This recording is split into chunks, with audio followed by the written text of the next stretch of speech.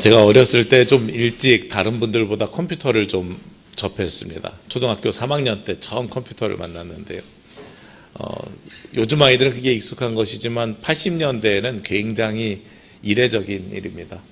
근데 그때 그 컴퓨터를 만나면서 이제 당시에 프로그램이라고 하는, 요즘으로 이야기하면 코딩이라는 것을 혼자서 공부하게 되는데, 그때 제가 참 재미있었던 것 중에 하나가, 영어에 나중에 알았는데 영어의 문법에 if then이라고 해서 뭐뭐 하면 뭐뭐 할게요 라는 것이 있잖아요. 그게 컴퓨터에도 있어요. 그래서 A가 10보다 작으면 몇 행으로 보내고 50행으로 보내고, 그 다음에 10보다 크면 뭐 100행으로 보내고, 뭐 이런 식으로 프로그램을 합니다. 그래서 그 조건에 맞는 것들은 어디로 보내고 맞지 않는 것들은 그 다음으로 진행하고, 이런 것들을 끊임없이 하는 것이 사실 컴퓨터의 프로그램입니다. 그래서 그 범위를 얼마나 세세하게, 그 가정을 얼마나 세세하게 하느냐가 프로그램이 디테일하냐 디테일하지 않느냐 하는 것이 나중에 주어지는 거죠. 예를 들면 10단위로 이것을 쪼갤 수도 있고 100단위로 쪼갤 수도 있고, 그런데 1단위로 쪼갤 수도 있잖아요. 그럼 그 쪼개는 범위가 좁을수록 굉장히 디테일한 이야기들을 해나갈 수 있는 겁니다. 그리고 나서 나중에 목회자가 되었는데 어린이 청소년들을 놓고 설교를 하는데 갑자기 그 생각이 나는 거예요. 우리가 하나님 앞에 나와서 예배를 드리는 것, 그리고 하나님의 사람으로 부름받는 것, 어떤 조건 하에서 그런 것일까? 조건절에서 이야기하는 것처럼 우리가 하나님의 부르심을 받았을 때에는 어떤 조건에서 부르심을 받은 것일까? 가끔 그런 이야기를 하시는 분들이 있습니다. 어떠한 일을 좀 하시지요? 내년에 교회학교 교사를 하시지요? 성가대를 하시지요? 제가 부교육자 시절에는 매년 연말이면 막 교사 섭외하러 다니고 뭐 하러 다니고 뭐 이렇게 열심히 다녔어요. 그러면 뭐라고 이야기하냐면, 제가 믿음이 조금 더 생기면, 환경이 좀 더 좋아지면 하는 이 조건부를 달기 시작하는 상황들을 많이 마주하게 됐어요. 그러면서 뭐뭐가 생겼을 때 하는 것이 과연 하나님 나라의 사명과 사역인가 하는 물음표도 생겨났습니다. 오늘 성경 말씀에 에베소서 4장 1절 말씀에 보면, 그러므로 주 안에서 갇힌 내가 너희를 권하노니 너희가 부르심을 받은 일에 합당하게 행하여 하고 말씀하고 있어요. 사도 바울은 오늘 어디에 있냐면 감옥에 갇혀 있는 상황 속에서 무엇을 하라고 이야기하냐면 부르심에 받은 일에 합당하라고 이야기합니다. 만약에 우리에게 말씀하시면 뭐라고 대답하겠습니까? 감옥에 갇혀 있는 상황 속에서도 하나님의 사명을, 그리고 사역을 감당할 수 있겠다고 고백할 수 있으시겠냐 하는 질문입니다. 우리 남부교회는 지난 주간에 13명의 성도들과 함께 제가 대만에 있는 선교지에 탐방을 하러 다녀왔습니다. 그 선교지 탐방하러 가서 저희가 만난 한 선교사님이 있는데, 지금 사역하고 있는 조하영 선교사님인데, 그 선교사님을 통해서 대만 땅에 복음이 뿌려진 그 시초를 목격했어요. 맥케이 선교사라고 하는 캐나다 선교사가 아무도 없는 대만 땅에 와서 복음을 전하기를 시작합니다.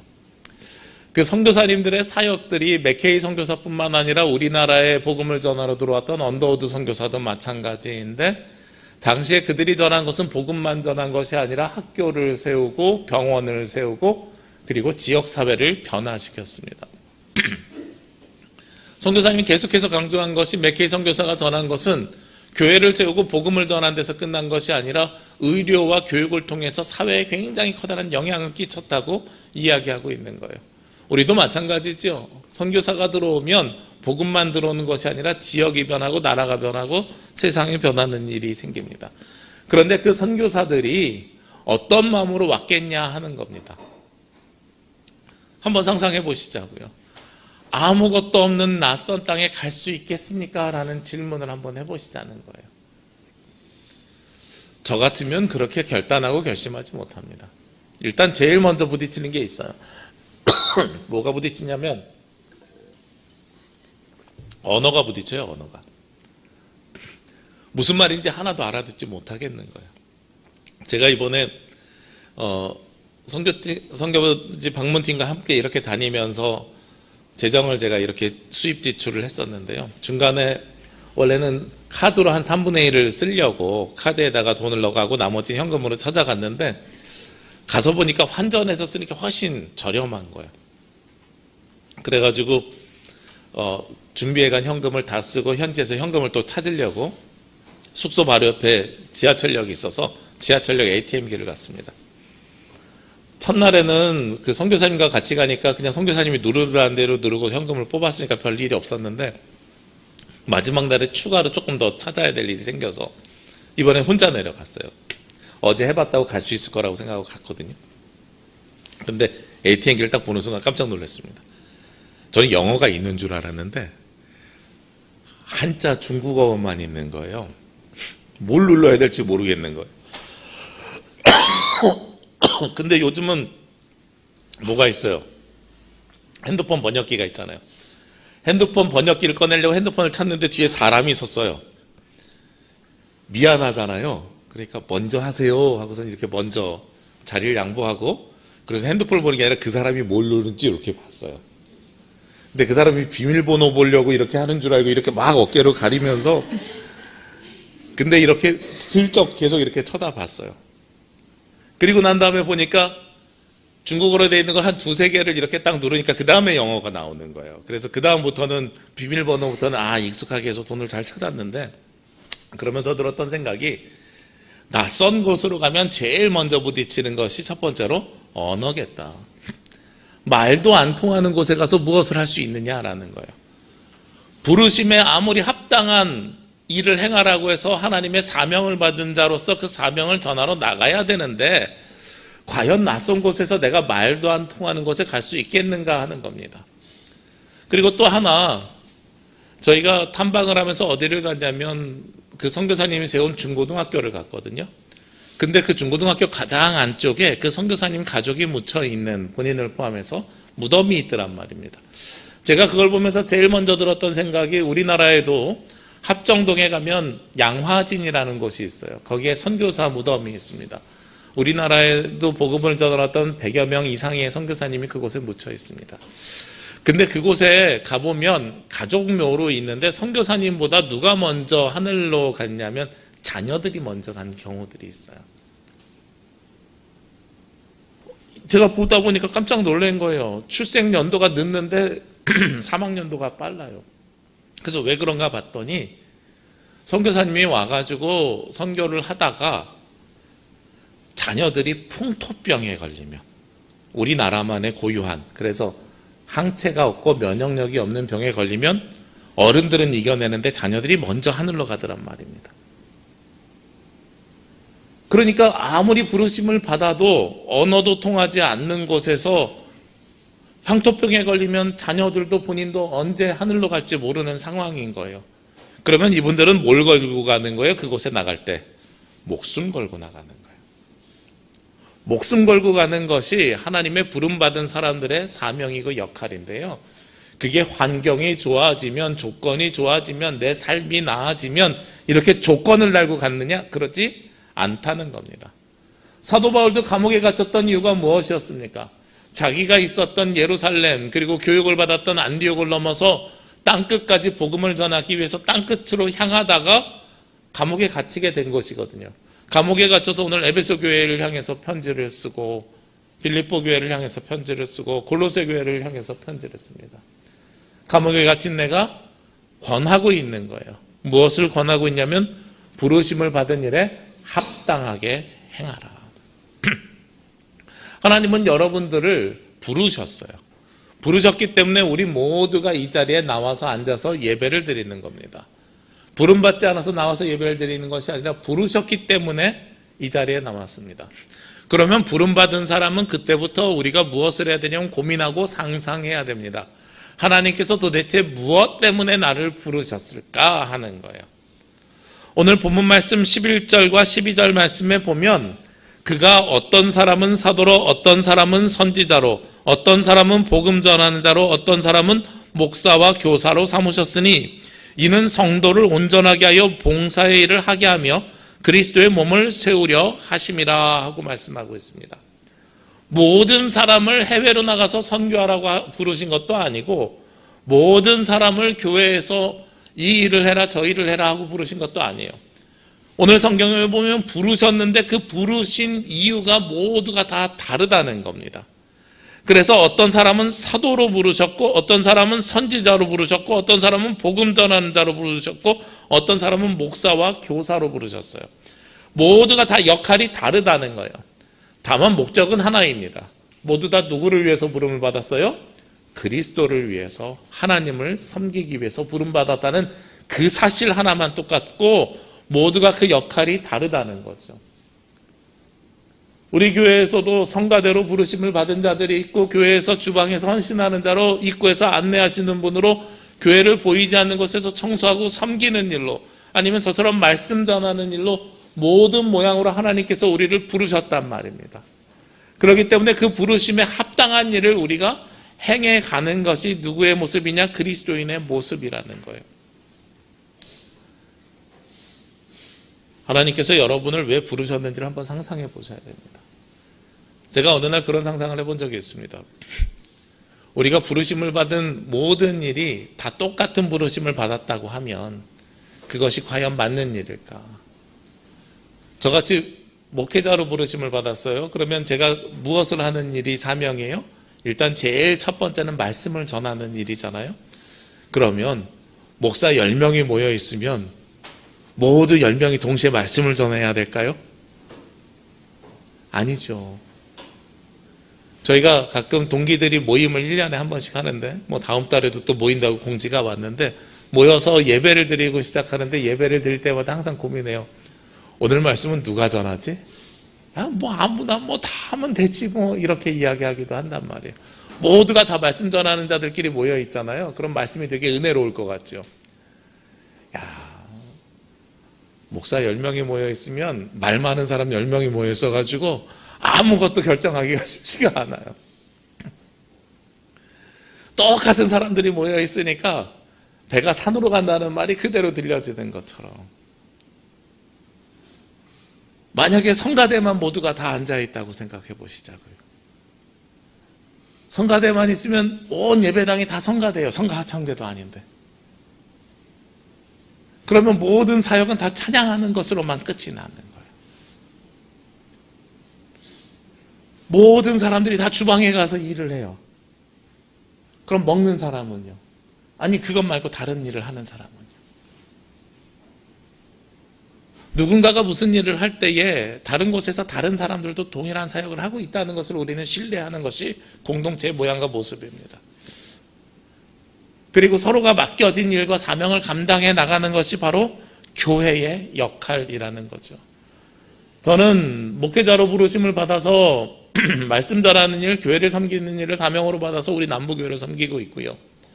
지난주에 제가 대만에서 만났던 우리 조하영 목사님은 대만의 선교사로 부르심을 받았기 때문에 대만에서 선교 사역을 하고 있는 겁니다. 서로 각자 맡은 일이 다르고 맡은 역할이 달라서 서로 각자 다른 일들을 하고 있는 거예요. 사실 개인적으로는 우리 조하영 목사님과 인연이 있습니다. 제가 제주에 오기 직전에요. 그러니까 14년 전이죠. 온 지 13년 차니까 14년 전 여름에 제가 전국의 국토순례하는 자전거를 탔어요. 그래서 광주에 있는 양림교회에서 만나가지고 거기서 출발해서 판문점까지 여름에 평화통일 자전거 타자고 대학원생들이 기획한 일인데, 근데 목회자도 참석해도 된다 그래가지고 제가 같이 참석을 했는데, 그때 있었던 대학원생이 지금 대만에 있는 선교사님입니다. 제가 너무 그때 교만함을 깨달았었던 자전거 타기였었어요. 고수부지에서만 자전거를 열심히 타다 보니까 몇 시간 자전거 타는 게 어렵겠어 이랬는데요. 광주에서 전주로 넘어가는데 하루에 10시간 정도를 자전거를 타야 되거든요. 근데 문제는 담양에서 그 언덕을 넘어가는데요. 다들 힘들어도 자전거를 막 이렇게 타면서 넘어가는데, 저는 자전거 타고 넘어가다가 도저히 이 언덕을 못 치고 올라가겠는 거예요. 근데 이제 자전거가 이렇게 갈 때는 뭐가 있냐면 맨 뒤에 차가 하나 차선을 이렇게 막아주면서 갑니다. 단체로. 그래야 안전하게 가니까. 그래서 맨 뒤에 봉고차가 하나 따라가요. 근데 문제는 제가 혼자서 속도가 이렇게 쭉 쳐지니까 앞에 가는 사람들을 보호해 줄 수가 없어요. 그렇죠? 문제가 생기는 거예요. 저도 너무 미안하고 방법이 없어가지고 어떻게 했냐면 자전거 타다가 중간에 내려서 운전하는 대학원생에게 나와서 당신이 자전거 타, 내가 운전할게. 제가 그렇게 언덕을 넘었던 기억이 납니다. 그러면서 힘들 때마다 제 뒤에서 등을 밀어주고 도와주고 괜찮아요, 할 수 있습니다 목사님 했던 대학원생이 지금 대만에 있는 조아영 목사님이십니다. 그리고 그분이 대만에 있는 걸 언제 알았냐면 제가 2018년도에 제주노회 목사님들이랑 대만에 그때도 선교지 탐방을 간 적이 있는데 그때만 해도 대만에 선교사님이 없을 때예요. 특히 타이베이는 없을 때인데 목사님들끼리 우리가 그냥 조사한 거 가지고 돌아다니고 있을 때인데 저녁에 야시장을 갔는데 익숙한 분이 한 분 계세요. 야시장에서 우연히 만난 게 조아영 목사님입니다. 이번에 들어보니까 당시에는 선교사로 나온 게 아니라 집을 구하기 위해서 잠깐 들어왔을 때 참 인연이 놀랍죠. 예전에 같이 자전거 탔던 분을 외국의 야시장에서 우연히 만날 줄은 전 생각하지 못했거든요. 근데 그때 그 기억이 이번에 우리 선교지 탐방을 그쪽으로 가게 만든 연결고리가 됐어요. 14년 동안 서로 다른 곳에서 다른 사역을 했지만 우리는 서로 연결되어져 있었습니다.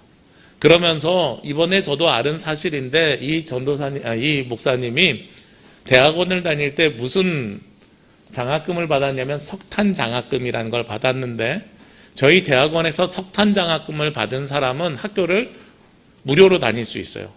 대학원 3년 내내 그냥 모두 다 장학금으로 다니셨대요. 대신 조건이 있어요. 석탄 장학금은 누구에게 주는 거냐면 내가 선교사로 나가기로 작정한 사람에게 주는 것이고 그리고 목사 안수를 받은 후에는 10년 동안 해외 선교 사역을 해야 돼요. 근데 목사님은 처음부터 신학교에 온 이유가 무엇으로 부르심을 받았다고 본인은 고백하냐면 선교사로 부르심을 받았기 때문에 장학금 때문에 선교를 하고 있는 게 아니라 난 선교사로 부르심을 받아서 신학교에 왔는데 그 장학금이 있어서 장학금도 받고 지금 사역도 그렇게 진행하고 있노라 하는 고백을 들었습니다. 너무나도 놀랍지 않아요? 저는 볼 때마다 선교 사역을 하러 나가 있는 우리 태국의 박준수 선교사님도 그렇고 우리가 치앙라이의 이재강 선교사님도 그렇고 이번에 만났던 조아영 선교사님도 그런데 참 대단하신 분들이다 하는 생각이 들어요. 언어도 모르고 그리고 그 상황이 모르고 어떤 풍토병이 있을지도 모르는데 가족들 다 데리고 나가서 그곳에서 삶을 살아내는 것이 참으로 대단하다라는 거죠. 하나님은 우리를 부르시면서 우리 모두에게 각자의 사명을 주셨습니다. 그런데 그 사명의 본질은 우리는 예수님을 위해서 하나님을 위해서라고 이야기하지만 오늘 성경에서는 분명하게 그 과정을 이야기하는데 뭐라고 이야기하냐면 2절과 3절에 부르심을 받은 일에 합당하게 행하는 일이 무엇인지를 드러내고 있습니다.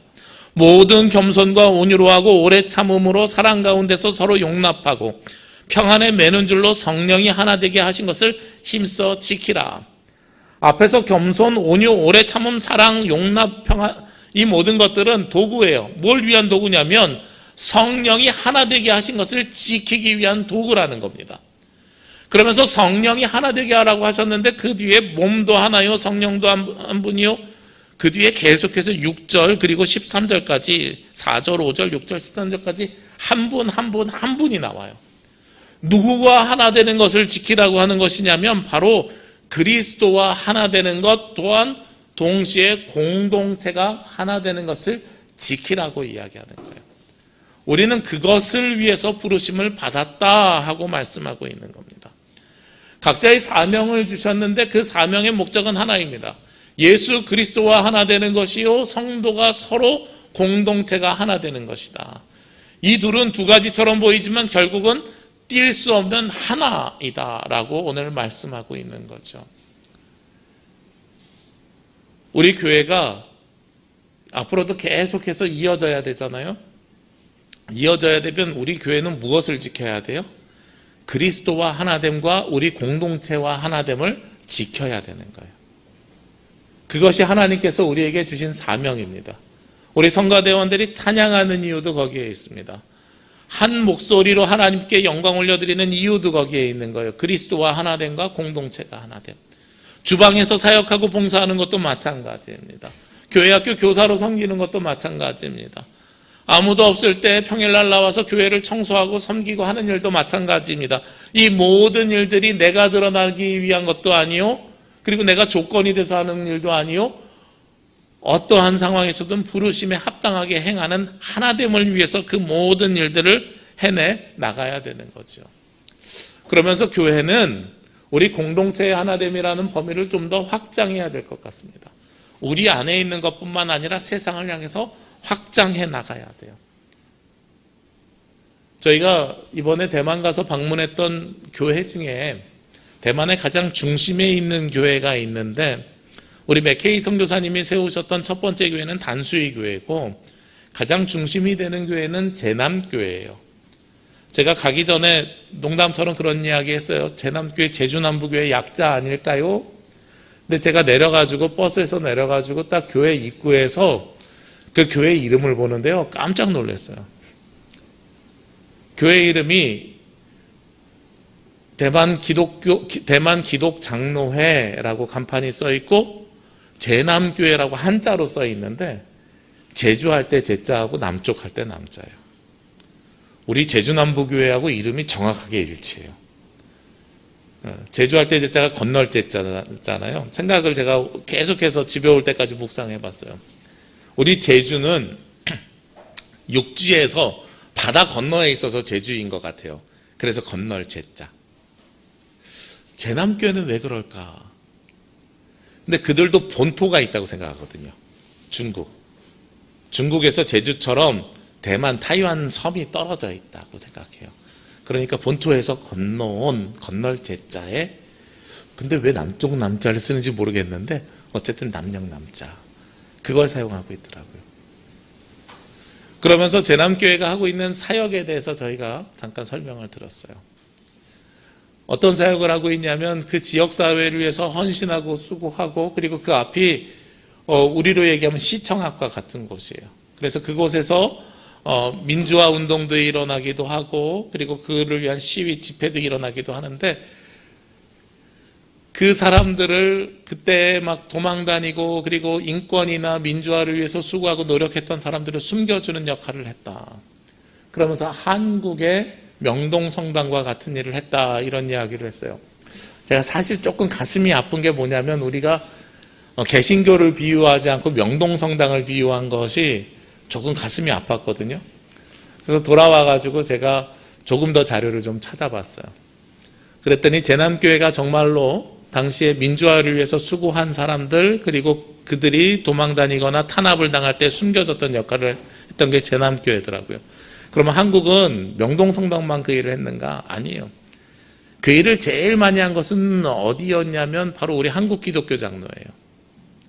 그 유시민 작가가 알쓸 신잡 뭐 이런 거 했었잖아요. 거기에서 다니면서 어딜 갔냐면 종로 5가를 갔는데, 기독교 연합회관을 갔는데 우리 교단 총회본부가 있는 곳이에요.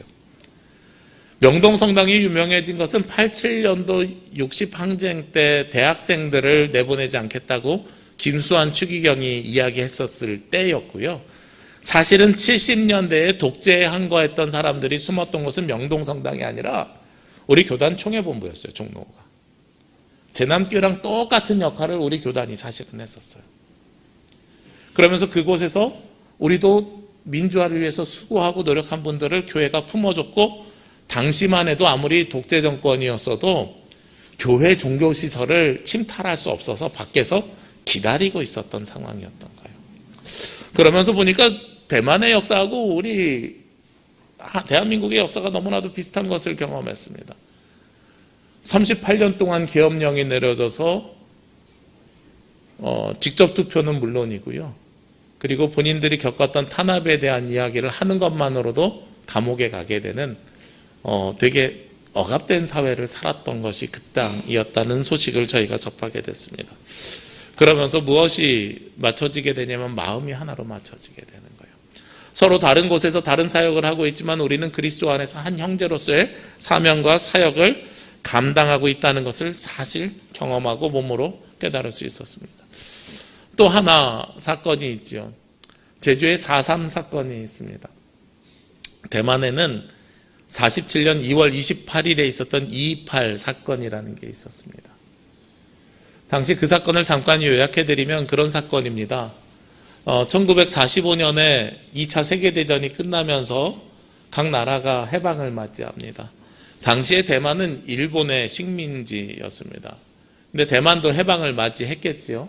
근데 그때 당시에 해방과 동시에 전 세계에서 벌어졌던 일이 있었는데 우리나라도 자유진영이냐 공산진영이냐 하는 싸움이 있었고 이것이 나중에 한국전쟁으로 번졌죠. 중국도 그 일이 있었어요. 국민당과 공산당이 싸움이 있었고 그때 국민당 장개석의 국민당과 모택동의 공산당이 싸워서 누가 이겼어요? 모택동이 이겨서 지금 중국이 공산화가 됐잖아요. 그때 국민당 장제스 정권이 도망을 했는데 어디로 도망했냐면 대만으로 도망하게 된 거예요. 근데 당시에 50년 동안 식민지배를 받았던, 우리보다 더 길게 식민지배를 받았어요, 대만이. 대만 사람들이 볼 때는 자기네 나라 본토인이 들어온다고 생각을 했는데 그들이 들어와서 억압을 시작을 해요. 그래서 그 사람들은 어떻게 구별하냐면 대만에서 태어난 본토인과 중국 본토에서 들어온, 말이 헷갈리는데 외성인, 이렇게 외성인과 본토인으로 구별을 하더라고요. 어찌됐든지 간에 억압을 하고 탄압을 했는데 여러 가지 일들이 있었습니다. 그냥 억압했다 탄압했다 단지 이게 아니고요. 쌓이고 쌓였던 것들이 있어요. 관리 등용에서의 차별이라든지 아니면 국민당과 그 공산당이 전쟁하고 있으니까 전쟁 물자를 어디서 가져가야 되겠어요? 대만에서 가져가야 되니까 급격한 인플레이션이 와서 경제적으로 어려움이라든지 이런 것들이 있던 상황 속에서 생계를 위해서 담배를 팔던 아이 엄마를 구타했고 그 관공서에 있는 사람들이, 그리고 그걸 말리던 시민들을 향해서 총을 쏘면서 중학생이 죽고 이런 것들이 발발이 되어서 제주 4.3과 비슷한 항의가 일어나기 시작했습니다. 그리고 나서 계엄령이 내려졌는데 우리나라는 제주 4.3은 8년 7개월 만에 7년 만에 끝이 났지만 그런데 거긴 38년 동안 그 일이 벌어졌어요. 1987년까지. 저는 그리고 나서 계엄이 해제됐다고 해서 직접 투표를 할 수 있었는 줄 알았는데요.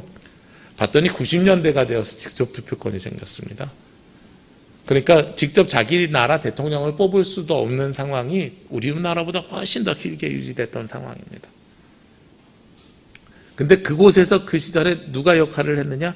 개신교인들이 역할을 해나갔어요. 우리나라처럼 육시방정이 있거나 아니면 대규모 시위 집회를 통해서 민중들이 혹은 국민들이 직접 투표권을 가지고 왔는 줄 알았더니 그게 아니라 대만은 이렇게 쌓여있던 열망 속에서 계엄령이라서 야당을 만들 수 없었대요. 근데 깜짝하고 야당을 만들면서 다른 당이 생기고 그로 인해서 계엄령이 해제가 됐는데 어쨌든 뭐 이런저런 상황들이 있었는데 결국은 그 속에서 누가 역할을 했냐면 민진당, 이렇게 야당의 역할을 했었던 사람들이 다 개신교인들이었었던 거예요. 교회가 그 자리에서 역할을 했고 사람들의 자유와 평화를 위해서 수고하고 노력한 것이 교회였다라는 사실입니다. 우리가 교회가 세상을 위해서 무엇을 해야 될 것인가? 저는 뭐 지금도 동일한 생각을 하고 있습니다만 당시에는 사회가 그것을 요청하면 그 일을 해나가는 것이 교회의 역할이라고 생각합니다. 지금은 우리가 모든 것을 자유를 얻은 상태에서는 또 다른 역할을 또 감당해야 됩니다. 그래서 교회는 끊임없이 무엇을 찾아 나가야 되냐면 그리스도와 하나가 되기 위한 부르심이 무엇인지에 대해서 우리가 귀를 기울여야 되는 삶을 살아내야 되는 거죠. 그것이 바로 교회가 해야 되는 역할이고 모습이라는 겁니다. 마지막으로 오늘 성경에서는 무엇을 이야기하냐면 그 모든 일들은 무엇으로 해 나가야 되는가?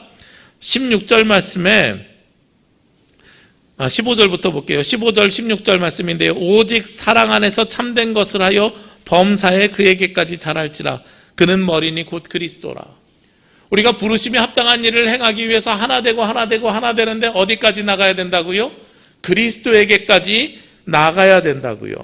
그러면서 16절 말씀에 그에게서 온 몸이 각 마디를 통하여 도움을 받음으로 연결되고 결합되어 각 지체의 분량대로 역사하여 그 몸을 자라게 하며 사랑 안에서 스스로 세우느니라. 우리가 사랑 안에서 스스로 세워가는데 그 세워가는 힘과 능력이 누구로부터 나온다고요? 그리스도로부터 나오게 된다고요. 그래서 우리가 그리스도까지 자라나야 된다는 거예요. 여기서 그에게서 온 몸이 각 마디를 통하여 라는 이 각 마디가 헬라어 원어에서는 하페스라는 단어 사용되는데, 사실 우리가 마디라고 하는 것보다 저는 뭐가 더 이해하기 좋다고 생각하냐면 관절이 더 좋은 번역이라고 생각해요. 근데 관절이라고 하면 이게 읽어나가는데 좀 어려움이 있어서, 관절이 어떤 역할을 합니까? 이 뼈와 이 뼈를 연결시켜주는 역할을 하죠. 모퉁이돌, 2주 전에 모퉁이돌에 대해서 말씀 나눌 때 모퉁이돌의 이 벽과 이 벽을 연결시키는 모퉁이돌이라고 이야기했잖아요. 이 뼈와 이 뼈를 연결시키는 관절의 역할을 하는데 모퉁이돌과 관절이 다른 게 있어요. 모퉁이돌은 연결은 시키고 지지하고 받쳐는 주지만 유연성이 없어요. 근데 관절은 유연성이 있고, 그리고 그 관절을 통해서 무엇이 공급이 됩니까? 생명이 공급이 되는 것이 바로 관절이에요. 각 마디가 서로 연결되었다는 것은 예수 그리스도로부터 우리가 연결되었고 예수 그리스도로부터 영양과 생명을 공급받는다는 사실입니다. 우리가 서로 각자 다른 곳에 있지만 우리는 그리스도 안에서 한 형제이고 하나임을 고백할 때에 우리가 서로 세워져 갈 수 있게 되는 것이지요. 저는 이번에 선교지 탐방을 다녀오면서 그런 생각을 많이 하게 됐습니다. 하나님께서 각자 우리를 부르신 부르심이 다르구나. 다르지만 서로가 서로를 위해서 기도하면서 하나의 목적을 향해서 같이 나아가야 되겠구나. 선교는 봉사하는 것이 아닙니다. 구제하는 것이 아닙니다. 그래서 이번에 우리가 관점을 바꿔야 되는 것 중에 하나가 못 사는 나라에 가는 것이 선교가 아니라는 거예요. 선교는 어디로 가는 것이 선교냐면 복음이 없는 곳으로 가는 것이 선교입니다. 잘 살고 못 사는 것이 아니라 복음이 없는 곳으로 가는 것이 선교입니다. 대만은 우리랑 비슷한 경제력을 가지고 있습니다. 그들이 못 살아서 선교해야 되는 대상이 아니라는 거예요. 근데 그곳에 복음화율이 5%가 되지 않아요. 그러면 그곳은 선교지입니다. 제가 예전에 헝가리에 대학교 때 교환 프로그램을 간 적이 있는데 사실 가면서 의심을 했었어요. 왜 그곳에 선교사님이 있을까? 그곳의 목사님과 같이 차를 타고 다니면서 현지 목사님에게 제가 물어보면 저 교회는 몇 년 됐어요? 600년이요. 저 교회는 몇 년 됐어요? 400년이요. 기독교 국가고 이렇게 오래된 그리스도인들이 있고 오래된 교회들이 있는데 이곳이 왜 선교지일까? 근데 그곳에 있는 한국 선교사님을 만났더니 그들의 선교 대상은 헝가리 백인들이 아니었어요. 그곳에서 불가촉 천민이라 그래서 손도 대지 않고 목사님들조차도 신경 쓰지 않는 집시들, 그 집시들이 한국 선교사님들의 선교 대상이었습니다.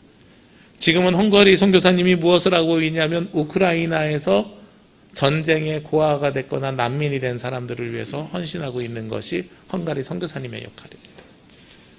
그래서 복음은 어디에 가야 돼요? 복음이 없는 곳에 가는 것이 선교입니다.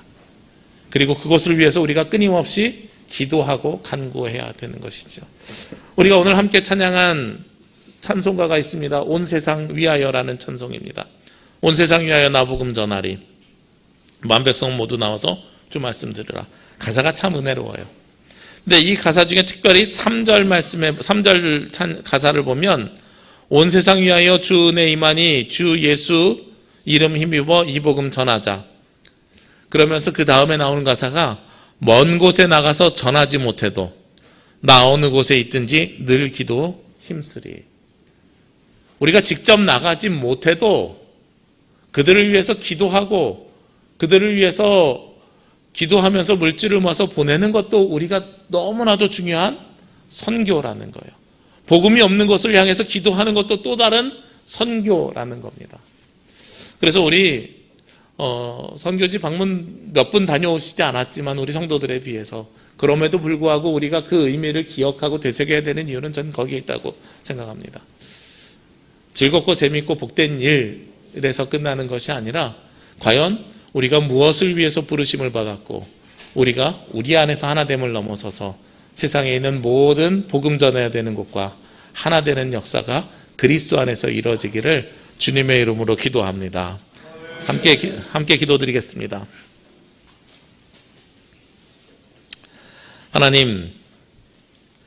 하나님의 자녀들이 지난 주간 주님의 복음이 다른 나라 땅에는 어떻게 전하여졌는지를 탐방하고 목격하고 그리고 마주하고 왔습니다. 그리고 이 시간 오늘 말씀을 통해서 하나님께서 우리를 왜 부르셨는지를 다시 한번 기억해 봅니다. 우리 기독교의 정체성이 개인의 평안을 넘어 고통의 현장으로 들어가는 선교적 부르심임을 기억하게 하여 주옵소서. 우리의 신앙이 교리나 형식이 아니라 다른 이들의 아픔과 고통을 품고 함께 지어져가는 그리스도의 사랑 나눔이 될 수 있도록 인도하여 주옵소서. 주님의 복음이 이 땅에도 그리고 대만 땅에도 언제나 선포되고 증거되어서 그곳에서 아파하고 고통스러워하며 신음했던 그 모든 이들을 품어나가며 그리스도 안에서 하나됨을 이루어가는 우리 남부교회가 될 수 있도록 인도하여 주옵소서. 이 모든 말씀 예수님의 이름으로 기도합니다. 아멘.